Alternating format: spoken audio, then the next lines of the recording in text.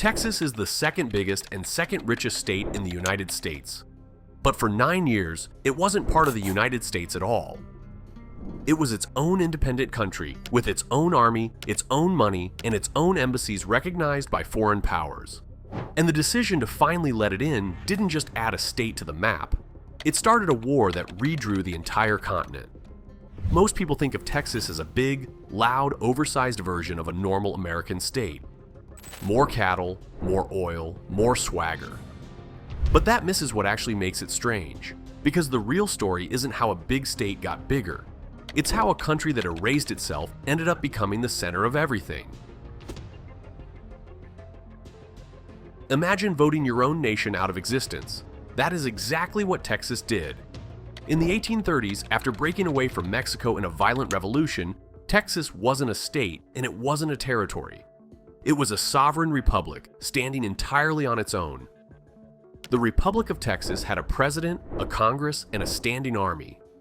It printed its own currency, the so-called redback. It flew its own flag, the same Lone Star you still see on hats, trucks, and water towers across the state today. And it sent diplomats abroad, opening embassies in Washington, in London, and in Paris, where some of the most powerful governments on earth treated it as a real and recognized nation. For nearly a decade, Texas existed as its own country on the world stage. You could be born a citizen of Texas the way someone is born a citizen of France. People swore allegiance to it. Soldiers died defending it. There were Texans who lived their entire adult lives never holding American citizenship at all, because for them, Texas was the country. And here's the part that should stop you cold.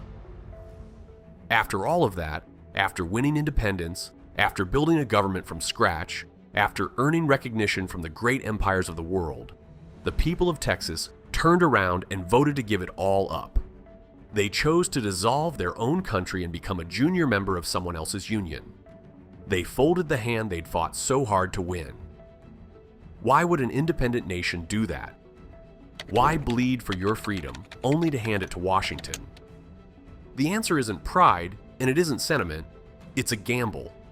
A desperate, calculated bet that almost nobody talks about. And to understand it, you have to understand just how broke and how frightened that little republic really was behind the flag and the fanfare. The truth is, the Republic of Texas was failing. On paper, it was a free and sovereign nation. In practice, it was drowning in debt, ringed by enemies, and barely holding itself together. Its currency was collapsing toward worthless. Its treasury was empty. Its government couldn't reliably pay the very soldiers it depended on to survive. And to the south sat Mexico, which had never truly accepted that Texas was gone, and which kept threatening to march back in and take it by force. So Texas leaders made a cold calculation. Independence was glorious, but glory doesn't pay debts and it doesn't stop an army massing at your border. Joining the United States would wipe out those debts, put the American military between Texas and Mexico, and plug a bankrupt frontier into the most dynamic economy on the continent. Stripped of the romance, annexation was survival. It just happened to be survival you could wave a flag about. But pulling Texas into the Union was anything but simple because of one explosive word: slavery. America in the 1840s was balanced on a knife's edge between free states and slave states, and each new addition threatened to tip the scale and reignite a fight the whole country was terrified of. Texas was enormous, and it was slave territory. Bringing it in could shatter the fragile peace. Plenty of leaders in Washington wanted nothing to do with it. They did it anyway, and the consequences came fast. When the United States annexed Texas in 1845, Mexico treated it as a declaration of war. Within months, the two nations were locked in the Mexican-American War. By the time the fighting ended, Mexico had been forced to surrender not just any claim to Texas, but a staggering chunk of the continent, the land that would become New Mexico, Arizona, Nevada, Utah, and the greatest prize of all, California. Sit with that for a second. Texas didn't simply join the map. It yanked the entire center of gravity of the country westward, dragging America from a cluster of states hugging the Atlantic into a true continental power, stretching all the way to the Pacific. The gold of California, the ports of the West Coast, the whole shape of the modern United States. It all flows downstream from one decision by one broke little republic. They thought they were saving themselves. They ended up redrawing a continent. Here's where the story flips on you completely. Fast forward to today, and that broke breakaway nation has become something almost impossible to believe. If Texas declared independence again tomorrow, if it walked away from the Union one more time, it would not be a struggling little republic begging for protection. It would instantly be one of the richest countries on the entire planet. The Texas economy is worth roughly $2.7 trillion. That's not a rounding error or a misprint. Line it up against the actual nations of the world, and Texas would land somewhere around 8th, ahead of Russia, ahead of Canada, ahead of most of Europe. A single American state, quietly outproducing entire G7 countries that have armies, currencies, and seats at global summits. The bankrupt republic that once couldn't pay its own soldiers is now an economic superpower hiding inside one star on a flag. So how on earth does that happen? How does a place that started out broke, scared, and surrounded turn into something wealthier than most of the world? It wasn't luck, and it wasn't one lucky break. It comes down to 3 engines, 3 separate machines that fired one after another across the last century, and each one transformed Texas into something it had never been before. And quick aside before we dig into them, because I'm honestly curious where you stand. Drop it in the comments. If your own state could become its own country tomorrow, would you vote to stay or vote to go? I want to see how this breaks down. Now, the first engine doesn't start in a boardroom or a capitol, it starts deep underground.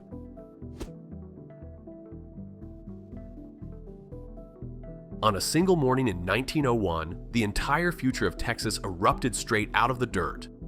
At a low, unremarkable hill near Beaumont called Spindletop, a crew of drillers pushed their bit deeper than anyone thought wise, and the earth answered. Oil didn't seep up, it didn't trickle. It blasted into the sky in a black column more than 100 feet tall, a roaring geyser of crude that crews couldn't cap for days. Mud and oil rained down across the countryside. In that one well, on that one hill, Texas briefly produced more oil than the rest of the world's wells combined. Picture what Texas was the day before that gusher blew. An agrarian backwater. Cattle and cotton. Dusty towns, hard weather, and slow grinding money squeezed out of the soil. Now picture the day after. Speculators came pouring in by the trainload.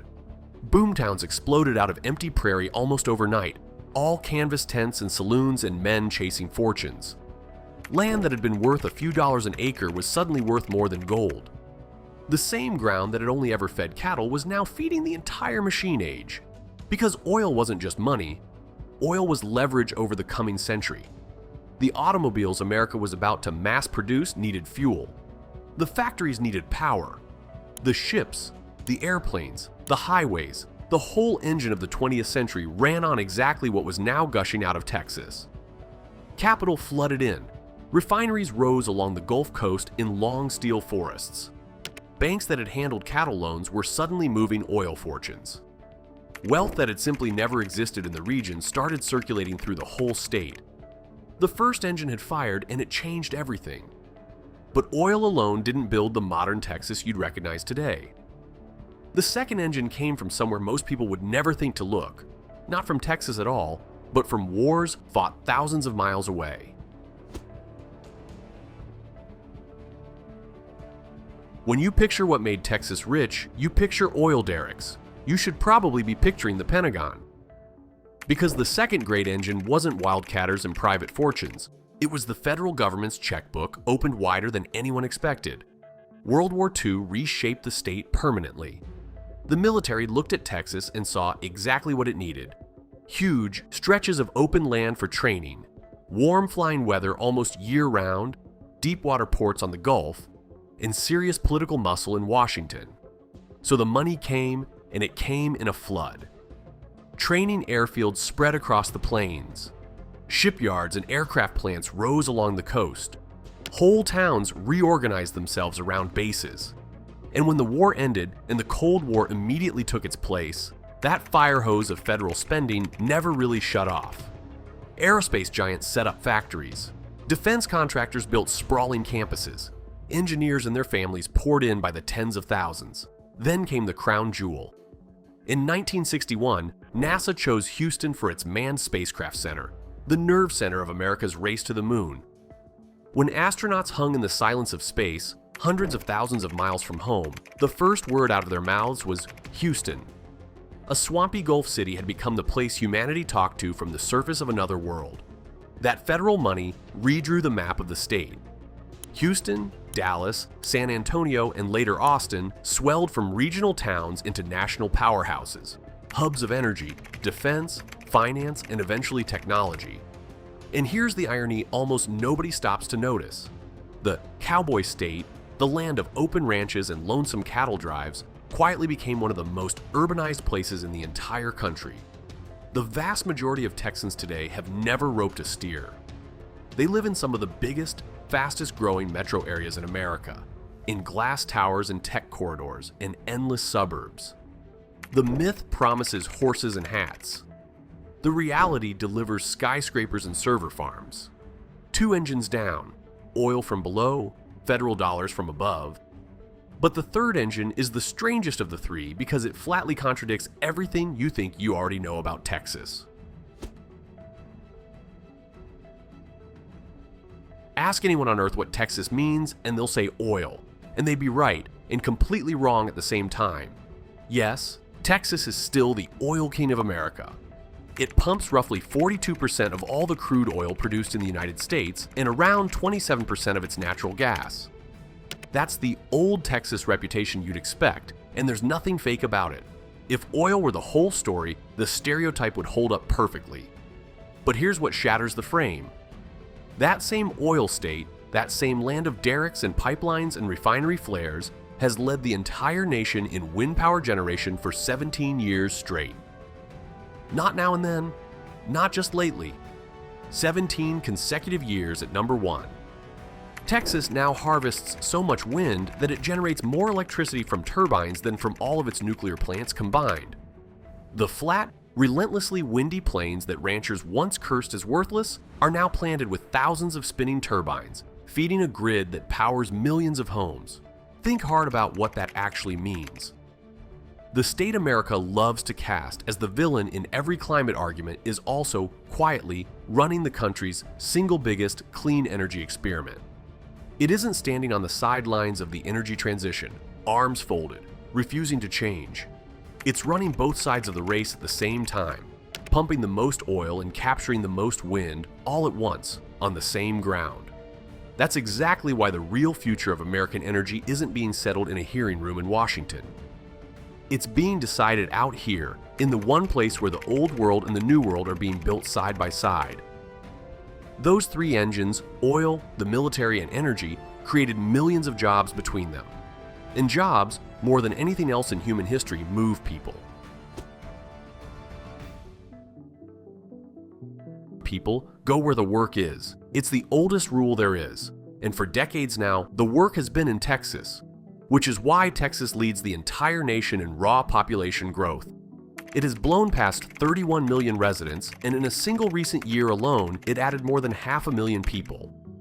That's like building a brand new major city from nothing and dropping it into the state every 12 months. They come for the jobs, the cheaper housing, the lack of a state income tax, and the simple promise of room to spread out and start over. But here's the twist that complicates the whole shining boom story. Texas isn't only the place America moves to, it's also one of the biggest places America moves away from. Every single year, hundreds of thousands of people pack up and leave Texas for other states. So at the very same moment it's pulling people in by the millions, it's scattering people back out across the country in enormous numbers. That makes Texas something genuinely unusual, a national crossroads, a revolving door for the whole population. It's both the destination and the departure gate at the same airport. People arrive with nothing, build careers, raise families, then some of them load up and carry a piece of Texas out to Colorado, to Tennessee, even back to California. They take the food, the attitude, the culture with them. The state doesn't just grow in place, it spreads itself across the map.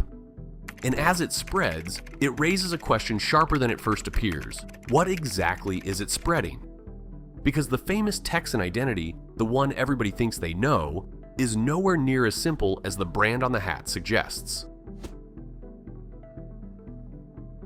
There's a single, instantly recognizable image of the Texan.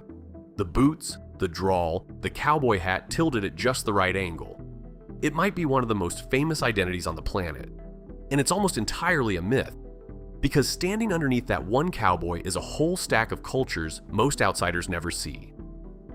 Look a little closer and you find deep German and Czech roots, carried in by waves of European immigrants who built towns, breweries, and dance halls across the heart of the state, places where polka and accordion music still echo on weekends.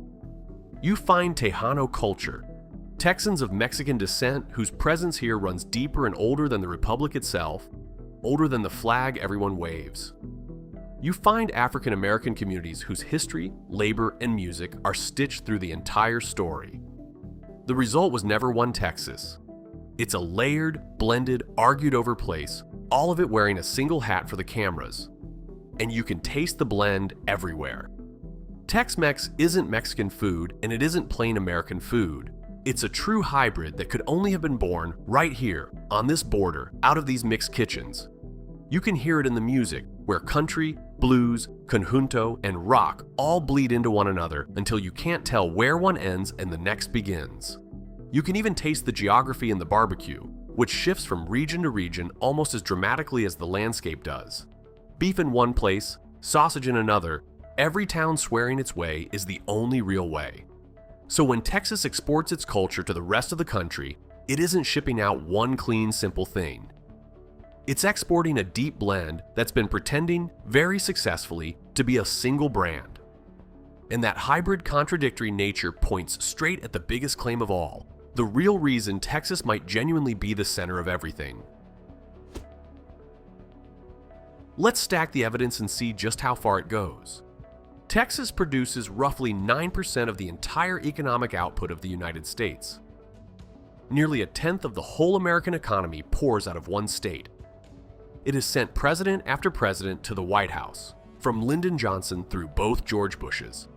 It holds around 1,200 miles of the southern border, which drops it directly into the middle of one of the most heated, unending fights in the country. And one political scientist went as far as to call it arguably the most influential state in the entire Union. Add all of that together, and you can see why Time magazine reached for one striking phrase. It called Texas the country's North Star, the fixed point the rest of America keeps turning to orient itself by. And once you see it, you can't stop seeing how often it's true. When the nation argues about energy, it's arguing about Texas. When it argues about immigration, it's arguing about Texas. When it fights over guns, taxes, the power grid, the future of its cities, Texas is right there, near the center of the storm, every single time. That's the center of everything promised back in the title. And now it's fully earned. Not because Texas is simply the biggest or the loudest in the room, but because it's the state the rest of the country keeps spinning around to face. But there's a hard question buried inside all that praise. Is Texas actually a preview of where the whole of America is heading? Or is it just a louder, magnified version of a trend that was already happening anyway? Here's the uncomfortable part nobody likes to put on the brochure. Everything that makes Texas a juggernaut also makes it dangerously fragile. The low-tax, high-growth, energy-hungry model has reeled in millions of people and trillions of dollars. But that exact same model is straining at the seams, and you don't have to squint to find the cracks. Start with the grid.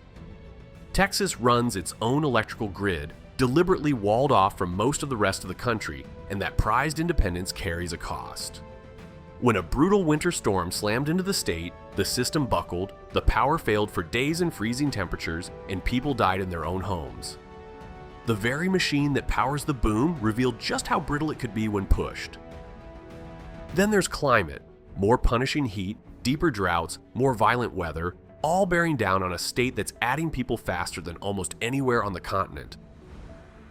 And then there's demographic change, as a younger, more diverse, more urban population grows up inside a state whose politics were largely built by an older generation. That quiet tension could reshape Texas entirely from the inside out. So is the North Star still rising? Or is Texas about to relearn the oldest lesson written into its own history? Because remember exactly where this story started. Boomtowns that exploded and then emptied, gushers that roared and then ran dry, fortunes made in weeks and lost just as fast. The whole place was built again and again on booms that didn't last. The open question hanging over all of it is whether this boom is finally different or whether it burns white hot and fades, just like everyone before it. Look back across everything we've walked through and you'll catch the same pattern repeating in literally every chapter. An independent nation that chose to erase itself and become a loyal state. The biggest oil producer in America that's also its biggest wind producer. A conservative stronghold filling up with diverse, fast-growing, liberal-leaning cities. A cowboy myth running on a tech, aerospace, and finance reality. At every single turn, Texas is two opposite things at once, and the two things refuse to agree with each other. That, right there, is the real secret. Texas doesn't feel like the center of everything because it picked one side and won the argument. It feels like the center of everything because it's locked in an argument with itself about what America should actually become. Old energy versus new.